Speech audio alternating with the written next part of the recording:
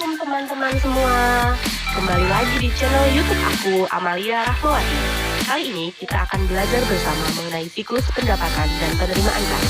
Tapi sebelum itu, jangan lupa like and subscribe ya. 1. 7 akun dan 5 kelas transaksi dalam siklus pendapatan dan penerimaan kas. 7 akun dalam siklus pendapatan dan penerimaan kas antara lain pendapatan, piutang dagang, kas di bank, potongan tunai, retur penjualan, cadangan kerugian piutang, dan rugi penurunan nilai piutang. Sedangkan kelima kelas transaksi dalam siklus pendapatan dan penerimaan kas yakni penjualan, penerimaan kas, retur penjualan, penghapusan piutang tak tertagih, dan estimasi piutang tak tertagih.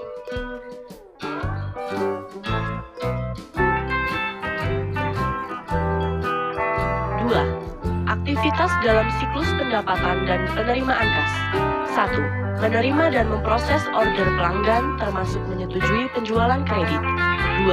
Mengirimkan barang dan jasa ke pelanggan. 3. Mengirimkan tagihan ke pelanggan dan mencatat piutang dagang.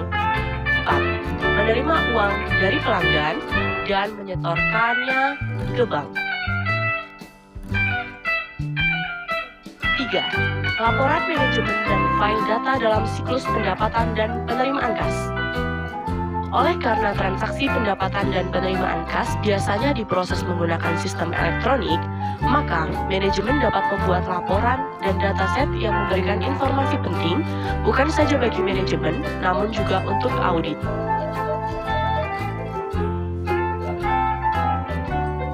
4. Master file pending order dan back order. Transaksi penjualan yang telah diinisiasi namun belum selesai sehingga belum dicatat sebagai penjualan disimpan dalam master file pending order. Sedangkan master file back order berisi order produk yang persediaannya kosong atau out of stock. Biasanya laporan pending order atau back order direview paling tidak seminggu sekali. Auditor akan mereview item dalam file pending order untuk bukti berupa completeness dari penjualan dan piutang dagang yang dicatat.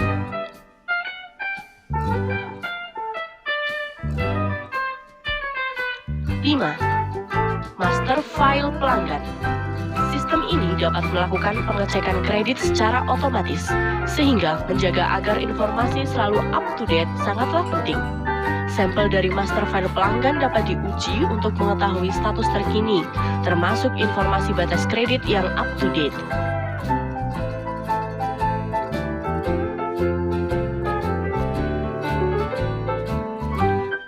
6. Laporan analisis penjualan. Laporan analisis penjualan sangat beragam. Misalnya penjualan yang diklasifikasikan berdasarkan lini produk memberikan informasi mengenai segmen bisnis, atau penjualan yang diklasifikasikan berdasarkan karyawan penjualan atau area dapat menunjukkan volume penjualan yang tidak biasa atau terlalu tinggi atau terlalu rendah, yang memerlukan investigasi lebih lanjut jika diduga terdapat kesalahan atau kecurangan. Prosedur analitis seperti analis tren atau perbandingan antara unit penjualan akan sangat membantu auditor. 7. Daftar piutang dagang. Daftar piutang dagang berisi saldo piutang setiap pelanggan. Apabila total akun kontrol lebih tinggi daripada jumlah saldo pelanggan atau neraca saldo, maka harus dilakukan penyesuaian setelah selisih tersebut diinvestigasi. Auditor harus memastikan bahwa perhitungan umur piutang akurat untuk memverifikasi bahwa akun pelanggan tidak termasuk dalam daftar piutang saat ini atau kurang dari 30 hari. Padahal, pada kenyataannya merupakan piutang yang telah lama jatuh tempo. 8. Daftar penerimaan kas. Jurnal penerimaan kas berisi semua entry detail penerimaan kas dari pembayaran piutang dagang oleh pelanggan atau debit ke akun kas, termasuk penyetoran kas ke bank, serta entry kredit akun piutang dagang. Entry ini sangat penting karena memberikan signal adanya kesalahan atau manipulasi akuntansi yang terjadi. 9. Rekonsiliasi bank dan laporan bank. Rekonsiliasi bank merupakan dokumen utama yang digunakan untuk menguji saldo kas dalam laporan keuangan. Jumlah kas di bank atau laporan bank selalu berbeda dari jumlah kas dalam buku besar atau laporan keuangan, sehingga rekonsiliasi dirancang untuk menjelaskan selisih antara keduanya. 10. Laporan pelanggan atau customer statement. Pengendalian yang paling baik untuk mengetahui apakah kas telah diterima dan dicatat adalah pelanggan. Dengan mengirim laporan pelanggan setiap bulan yang berisi daftar tagihan, daftar pembayaran, dan saldo akhir piutang, memungkinkan pelanggan mengetahui perbedaan antara catatan perusahaan dengan catatan mereka, sehingga mereka dapat memberitahukan selisih tersebut ke perusahaan. Laporan pelanggan harus tetap dikirim selama akun pelanggan masih aktif, meskipun saldonya 0. 11. Akun atau transaksi yang signifikan dan asersi yang relevan dalam siklus pendapatan dan penerimaan kas. Akun atau transaksi yang signifikan yaitu 1. Transaksi penjualan.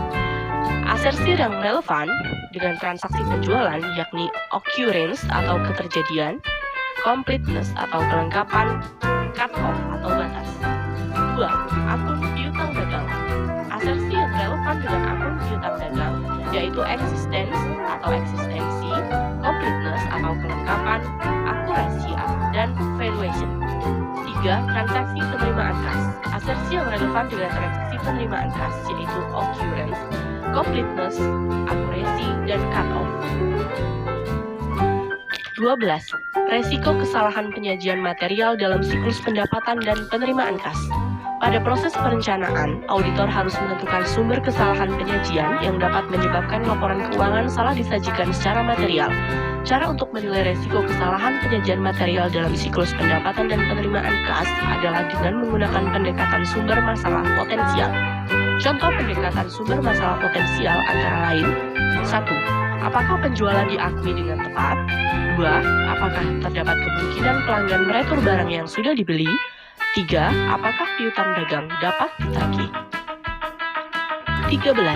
Pengakuan pendapatan. Pendapatan dari kontrak pelanggan mengadopsi pendekatan aset liabilitas yang mengakui dan mengukur pendapatan berdasarkan perubahan aset dan liabilitas. Proses pengakuan pendapatan terdiri dari 5 tahap, yaitu 1. Mengidentifikasi kontrak dengan pelanggan. 2.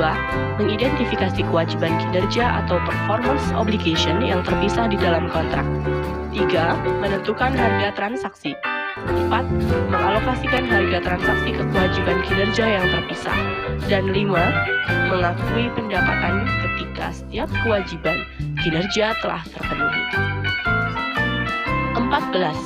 Retur penjualan. Di hampir semua industri, pelanggan berhak untuk meretur barang yang telah dibeli. Selama di dalam kontrak pembelian terdapat persetujuan untuk meretur dan hal tersebut diungkapkan kepada auditor, maka evaluasi yang tepat terhadap pendapatan dapat dilakukan. 15. Penagihan piutang dagang. Perusahaan yang melakukan penjualan secara kredit memiliki resiko pelanggan tidak mampu melunasi utangnya atau biasa disebut sebagai piutang tak tertagih atau BDEP. Beberapa penyebab pelanggan tidak melunasi utangnya antara lain karena mengalami kesulitan keuangan signifikan, terjadi pelanggaran kontrak atau penundaan pembayaran bunga maupun pokok, pemberi pinjaman memberi kelonggaran akibat kesulitan keuangan yang dialami peminjam, atau peminjam dinyatakan pailit oleh pengadilan.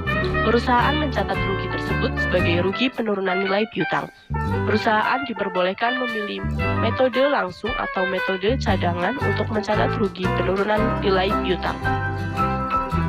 16. Evaluasi aktivitas dan desain pengendalian dalam siklus pendapatan dan penerimaan kas. Resiko kesalahan penyajian merupakan kombinasi dari resiko inheren dan resiko pengendalian. Standar audit mensyaratkan auditor untuk memperoleh pemahaman terhadap pengendalian internal untuk memitigasi resiko kesalahan penyajian material pada setiap asersi relevan yang diidentifikasi. Pada sistem yang dirancang dengan baik, aktivitas pengendalian seharusnya dirancang secara eksplisit agar selaras dengan asersi yang relevan, seperti yang diidentifikasi dalam pendekatan sumber masalah potensial. Demikian pembelajaran kita mengenai siklus pendapatan dan penerimaan kas. Thanks for watching. Jangan lupa like and subscribe ya teman-teman.